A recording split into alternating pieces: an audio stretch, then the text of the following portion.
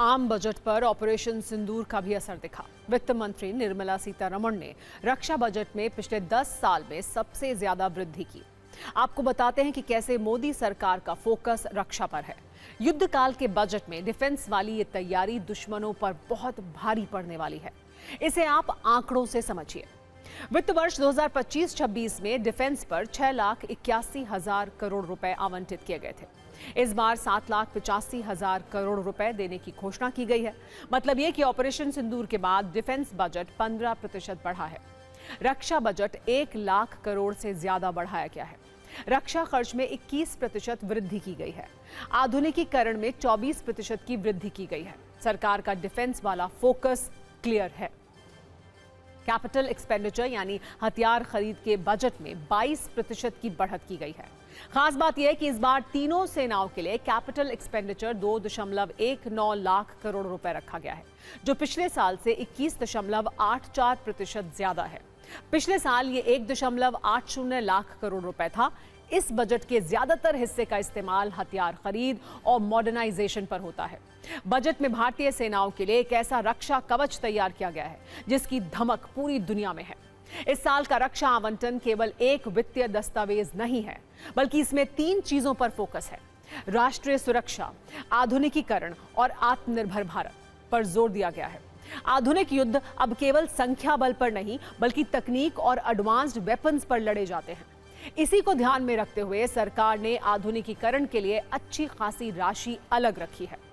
आपको बता दें कि रक्षा मंत्रालय इस वर्ष कई बड़े रक्षा सौदों को अंतिम रूप देने की तैयारी में है। इस बजट का एक बड़ा हिस्सा कई महत्वपूर्ण प्रोजेक्ट्स पर खर्च हो सकता है, जिसमें राफेल फाइटर जेट्स, नौसेना के लिए अत्याधुनिक सबमरीन प्रोजेक्ट्स, ड्रोन तकनीक और घातक ड्रोन की खरीद शामिल है। आपको डिफेंस बजट का पूरा ब्रेकअप बताते हैं, जिसके बाद ये समझ पाएंगे कि सरकार का मुख्य फोकस कहां है। जैसा कि हम चर्चा कर रहे हैं, इस बार का कुल रक्षा बजट 7,84,678 करोड़ रुपए का है, जिसमें सैलरी, रखरखाव और ऑपरेशनल खर्च 3,65,000 करोड़ रुपए है। पेंशन पर 1.71 लाख करोड़ रुपए खर्च होंगे। सिविल डिफेंस, जिसमें रेस्क्यू ऑपरेशंस आते हैं, उस पर 28,555 करोड़ रुपए खर्च होंगे। पूंजीगत व्यय पर 2,19,000 करोड़ रुपए खर्च होंगे, जो काफी अहम है। इसे आप कैपिटल एक्सपेंडिचर भी कह सकते हैं। इसमें 1,80,000 करोड़ रुपए की वृद्धि भी की गई है। आपके मन में एक प्रश्न उठ सकता है कि आखिर कैपिटल एक्सपेंडिचर क्या होता है और ये क्यों अहम है। इसे आसान भाषा में आइए आपको समझाते हैं। पूंजीगत व्यय का मतलब एक हथियारों की खरीद से है, स्वदेशी हथियारों के उत्पादन से है। इसमें आवंटित पैसों का इस्तेमाल मिसाइलें, फाइटर जेट और ड्रोन बनाने में होगा। रिसर्च एंड डेवलपमेंट पर इसका खर्च किया जाएगा। आधुनिक तकनीक पर फोकस किया जाएगा। आपको यह भी बता दें कि विमान और एरो इंजन पर 63,733 करोड़ रुपए खर्च होंगे, जबकि नौसेना बेड़े पर 25,023 करोड़ रुपए खर्च करने की तैयारी है। भारत के इस डिफेंस बजट से पाकिस्तान तड़प रहा है। वहां गली गली इसकी चर्चा हो रही है। ऑपरेशन सिंदूर में वैसे ही भारत के स्वदेशी हथियारों में पाकिस्तान ने भारी तबाही देखी थी। अब पाकिस्तान को नया डर सता रहा है। डिफेंस बजट पर राजनीति भी हो रही है। कांग्रेस नेताओं का कहना है कि यूपीए सरकार की तुलना में मोदी सरकार डिफेंस बजट पर कम खर्च कर रही है। आप सुनिए कैसे डिफेंस बजट पर सियासी दंगल हो रहा है। सरकार की ओर से कहा जा रहा है कि जो जब से एनडीए सरकार आई है, मोदी सरकार आई है, डिफेंस के सेक्टर में यूपीए सरकार ने बहुत कम बजट रखा था। तमाम चीज़ों को ठीक तरीके से उतना मेहनत नहीं की, उतनी कोशिश नहीं की। लेकिन जब से मोदी सरकार आई है, उसने डिफेंस सेक्टर में काफ़ी बढ़ोतरी करी है, इंक्रीजमेंट किया है बजट में, और डिफेंस सेक्टर को पहले से बहुत मजबूत कर दिया है। क्या आपको भी ऐसा लगता है? Defence expenditure as a total expenditure, as a proportion of total expenditure, was 16% in 2013-14. Now, in 25-26, it has come down to between 14 and 14.5%. As a percentage of GDP,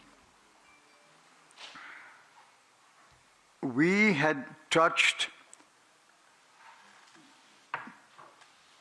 2.25% or 2.3% in 2013-14.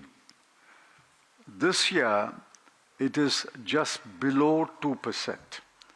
So either as a proportion of GDP or as a proportion of total expenditure, it has come down between UPA. अब सवाल यह है कि सरकार इतना खर्च तो कर रही है, लेकिन सरकार के पास पैसा कहां से आता है। इस पर हमने बजट को पढ़कर एक कुंजी तैयार की है, जिससे आपको पैसा कहां से आता है और पैसा कहां जाता है, दोनों पता चल जाएगा।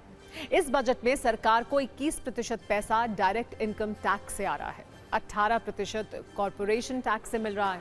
सरकारी खजाने में 15% कमाई जीएसटी से हो रही है। नॉन टैक्स रेवेन्यू यानी टैक्स के अलावा सरकार को 10% कमाई अलग अलग सोर्सेज से हो रही है। एक्साइज ड्यूटी से 6% और 4% कमाई सीमा शुल्क से हो रही है। कर्ज से सरकार अपने खजाने में 24% पैसा जुटा रही है। 2% कमाई छोटे मोटे सोर्सेज से हो रही है। अगर बजट के पैसे को खर्च करने की बात करें तो सरकार अपनी टैक्स की आमदनी से 22% राज्यों को देगी। 20% पैसे से कर्ज का ब्याज चुकाया जाएगा। 17% खर्च केंद्रीय योजनाओं पर होगा। केंद्र प्रायोजित वो योजनाएं जिसमें राज्य भी भागीदार हैं, इस पर 8% खर्च होगा। रक्षा क्षेत्र में 11% खर्च होगा। वित्त आयोग को खर्च के लिए 7% फंड दिया जाएगा। सब्सिडी पर 6%, पेंशन पर 2% और दूसरे खर्चों के लिए 7% पैसा दिया जाएगा। पिछले वर्ष सरकार ने इनकम टैक्स में भारी छूट दी थी और जीएसटी में भी कमी की थी। बावजूद इसके सरकार का बजट करीब 7% बढ़ा है, जिसकी वजह से सरकार ने अलग अलग सेक्टर्स की फंडिंग को बढ़ाया है।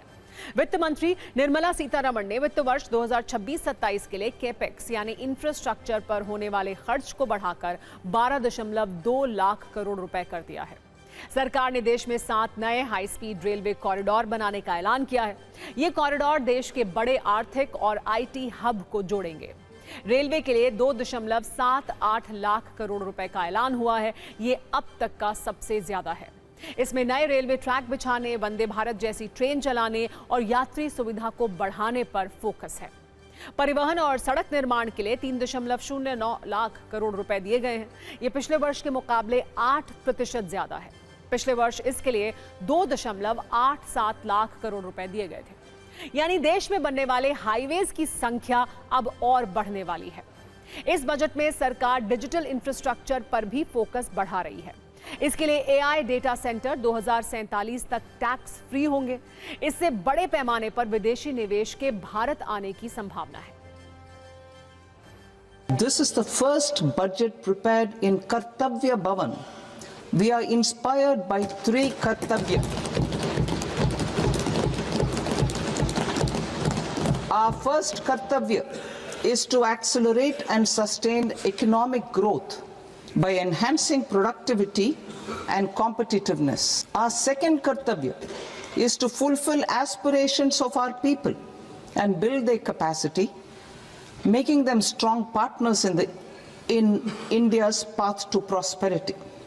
Our third Kartavya, aligned with our vision of Sabka Saath, Sabka Vikas, is to ensure that every family, community, region, and sector has access to resources, amenities, and opportunities for meaningful participation.